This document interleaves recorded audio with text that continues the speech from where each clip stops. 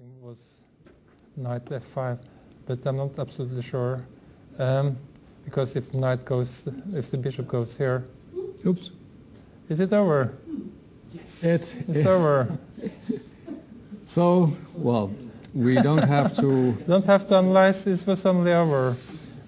We don't have to wonder if Magnus Carlsen was going to win this game. He has won this game, and that is quite an achievement because for a very long time his advantage looked, well, if it was there at all, it was very small. But he kept on fighting, and in the end he managed to wrestle the point from Teymur Rəcəbov, not for the first time in his career, as we know. That increases the tension at the top of the standings because Magnus Carlsen moves closer to the tournament leader, Sergei Karjakin. It's interesting, 2 days ago he was still 2 points behind Sergei, and now this has been reduced to only half a point. So Magnus Carlsen is only half a point behind Sergei Karjakin, and then there is Hikaru Nakamura and let me see who's there. Levin Aronian, of course, Levin Aronian. But well, we are waiting for Magnus to join us. I'm not sure if Teymur will come as well. We'll let them surprise us. But in any case, I think it's no exaggeration that we're waiting for Magnus here, and so. But I think there's some people who want to have his autograph outside. Might as well happen. The chairman of the organization seems to be happy. Yeah. He's also biased. It's not only me. Well, are you happy, Simon? Yeah, I think this is it's good for Norway chess. Well, and it's good for Norway, and I think it's quite important actually because I think it's a decision about having the tournament again going, and Magnus winning it certainly helps. You think that helps? Well, in any case, it brings back the tension in the tournament. As I said, he's now half a point behind the early leader Sergei Karjakin, and there's still 3 rounds to go.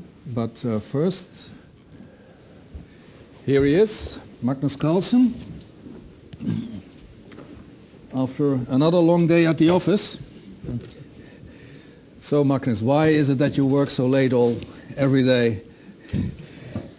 It took a while before you got something going. Is that a correct assessment, or what? Yeah, sure. I didn't think I had much all game. What was your plan? Was this more or less what you had intended to play, this opening, or? I don't know. I didn't expect him to play what he played, so it was pretty random. I know there's a line in the names of Indian where white does like this, and it's not very dangerous, but and here we have a Rubinstein names of Indian where the knight is usually on b1 when black is playing, but yeah. I guess it's too much to hope for a big advantage of any sort, but I think if he doesn't play accurately, white can be a little bit better. So this felt very natural to go knight e2, but then here I couldn't make anything work really. So if I go knight e5, then he goes rook c8, and if I take this one, knight takes. If knight g3, then f5, and it seems like he's got some serious counterplay going.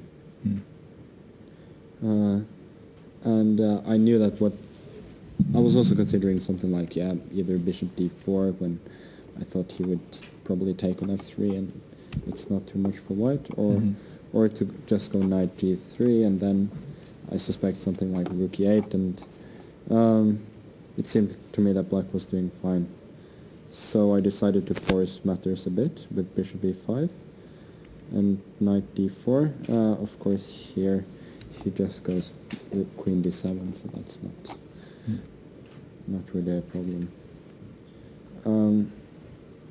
So knight d4, he could also have gone c5 here. Then I go knight c6, queen e6. If I take on a7, then he takes on f3, and then on e5, which is no good. So I need to take here instead. So he takes this one, bishop e7. And now probably bishop takes f3 is the most accurate, not to run into some knight e5. Queen f3, rook fc8. And now, because rook e1, he goes queen e6, and then after the bishop moves d4, I think I should take on c5, takes b4, queen b6, takes, and try to press a little bit in this endgame.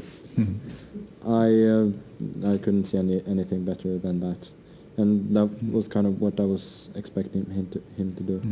I suspect this is quite okay as well.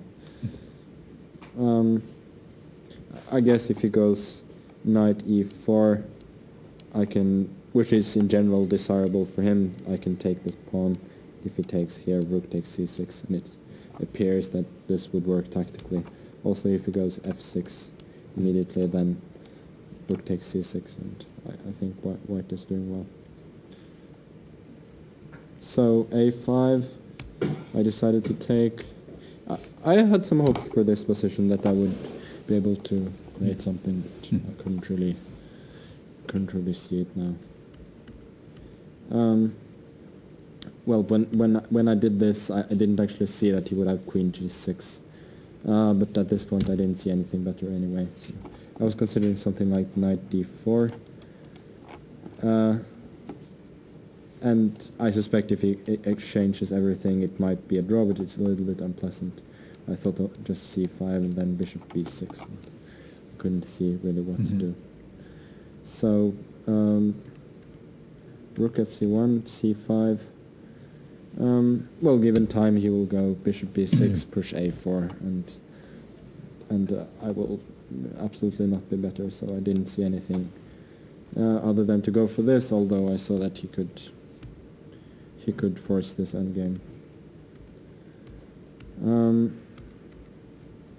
So I think he doesn't have anything better than to take.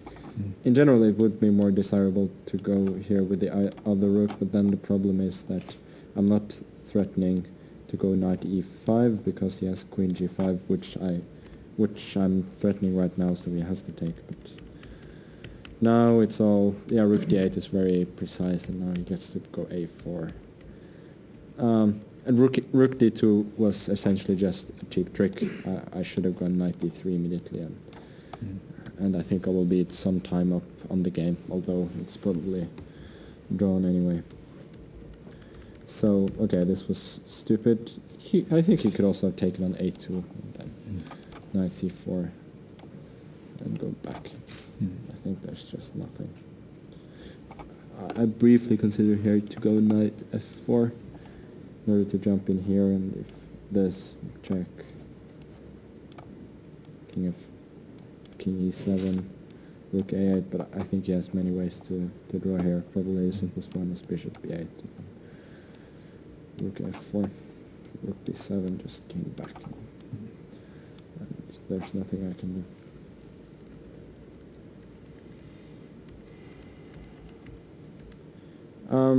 Well, here he was a little short on time, fortunately. I don't think what he did was the best plan. I think it would be better just to put the bishop on c7 immediately. I mean, just like this, and I don't know, a3, bishop c7, this king d7. This just looks like a draw to me. Maybe even the h2 pawn is hanging for all I know. Did it help that you not that long ago were trying to squeeze water from a stone against him? Yeah, sure, but what helped here most of all is that he was short on time and he made the most natural moves, but now it turns out that it's that the king is probably a bit misplaced on d5. And it's hard to get both the rook and the king into decent positions. And so, well, I'm not doing anything at the moment, but I'm just going to wait till he has to move either the rook or the king. So I thought what he did was quite reasonable. I think if f5, I was hesitating between going f3 or allowing g4, but I think in any case I have some slight chances. Rook e7, bishop f4. Yeah, I thought this was a nice setup. I really don't want to allow him to go rook a7 because that helps his coordination a lot. And at this point his rook doesn't have any moves, and he has to spend time on f5, g4, which allows me to go king b3 and then push the pawn. Should be noted that if I go a4, which would have been an excellent move, apart from one detail that he can just take it and then go king d6. Yes. It's a draw. So I needed to do this. I wasn't sure that he needed this. Maybe also king d4 was possible, and then a5 to go king d3. But I think what he did was quite okay.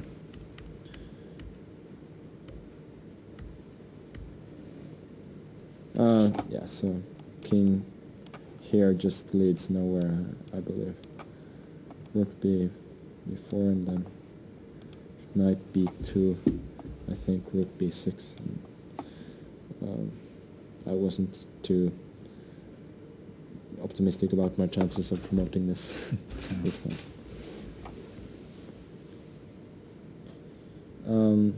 So anyway, just this line. Look at the a7 here.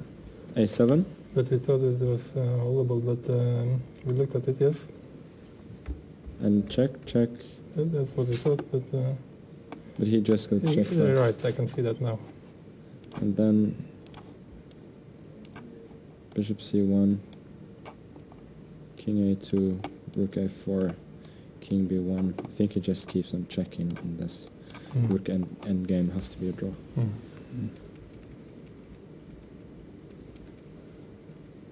No, so I think what I did was forced.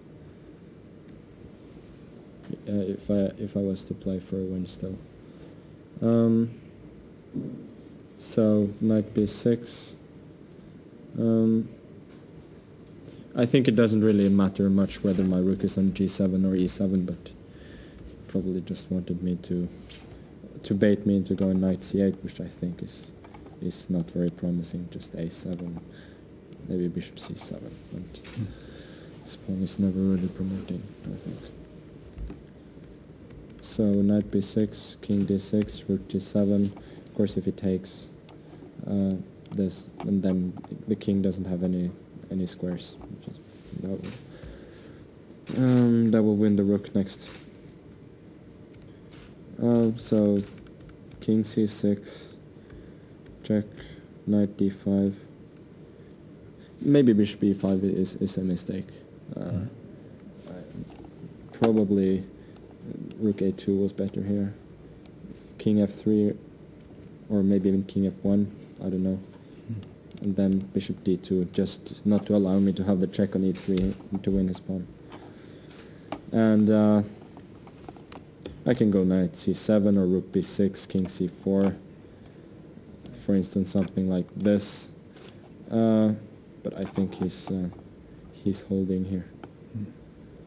If knight c6, then bishop f2, a7. This is just way too slow. King d5.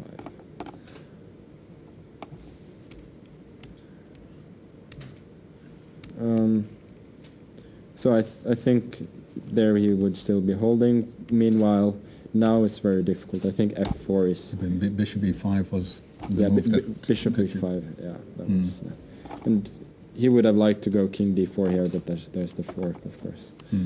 And I think the difference is here that if I go knight f5 immediately, then rook a2, king here, probably bishop d4 is not so bad. Probably have to take it, and then rook endgame should be a draw as they usually are. So f4, obviously cannot take because of the fork. c4, I don't know if c4 was forced, but now it seems very, very difficult for him. I see that the computer doesn't yet show any major advantage, which is a little bit surprising to me. But it's some moves deep, yeah. I couldn't really see a defense for him here. So whatever it is, it must be pretty deep. He could, for instance, try bishop g1 with the idea of knight d6 and king d4. And then if I take this, it's not so clear. But I believe that instead I can go probably knight e3 here. And I thought this sort of rook ending should be winning. I wasn't 100% sure, and I thought anyway this was his best chance. Meanwhile, now I think I'm winning more or less by force. So king d3, rook c4. He could have tried this, but then king h4, rook g6. And I can go rook c6, but I believe the simplest is just to go rook a4. If he takes, and this rook ending is just winning, king e4, and then king g5, king g4. King will be cut off on the next move. And I thought, well, I didn't understand bishop f2, but I think he's lost there anyway. I think after h3, then any move wins. a7, rook a3, and so on. So I was looking forward to a finish like this. This is essentially the only way he can keep the bishop and not allow a7 at the same time. And I could go rook a1, but then I was just a little bit worried about something like this. And if takes, then h3, and I see now that rook h8 is winning. But what I was thinking was just to go knight e4, and then his pieces are going to be stuck pretty badly right in the corner. So he resigned after rook a3. So that was another exhausting game against Teymur Rəcəbov.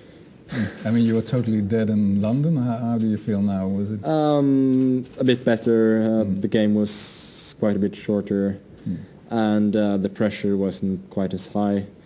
But I'm really satisfied with the fact that I managed to squeeze something out of this, and that I'm now fully in the tournament.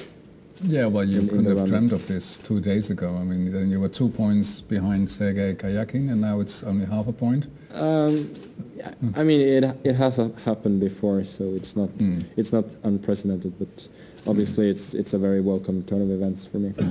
So, what is the moment you walk out here? Then energy streams back into your body, or? No, I think I think my energy is not so bad right now.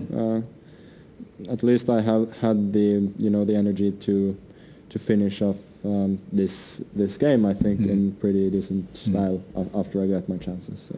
Yeah, I mean you were prepared for that. I mean in London you had to really you were almost hurting yourself so deep. Yeah, but I think today I didn't really have much, but I had at least something more tangible in that I had. A good knight versus a bad bishop and a passed pawn. so that there was something to play for. Yeah. Well, and of course we were talking about that crucial game in London a lot today, but at the same time there was also the first game that you played in London, and then you were white, and you ended up in it was in fact the only position you ended up in, a lost game that you ended up in a lost position. Was that on your mind today? Yeah, a little bit. I mean, I didn't want to let him play his game and to attack play freely for the initiative, so I rather wanted to play something quiet and keep his counterplay to a minimum. He did well for a while, and he got you know, a drawn position, so that wasn't too bad. But in the end, he couldn't make it through. Yeah, yeah, you persevered and succeeded. So. Well, maybe there are some of the journalists who want to ask you a question. I mean, that's. Is there anyone who has a question for Magnus Carlsen after his win today? Otherwise, we let you escape. Okay. Thanks a lot, Magnus, and congratulations once again.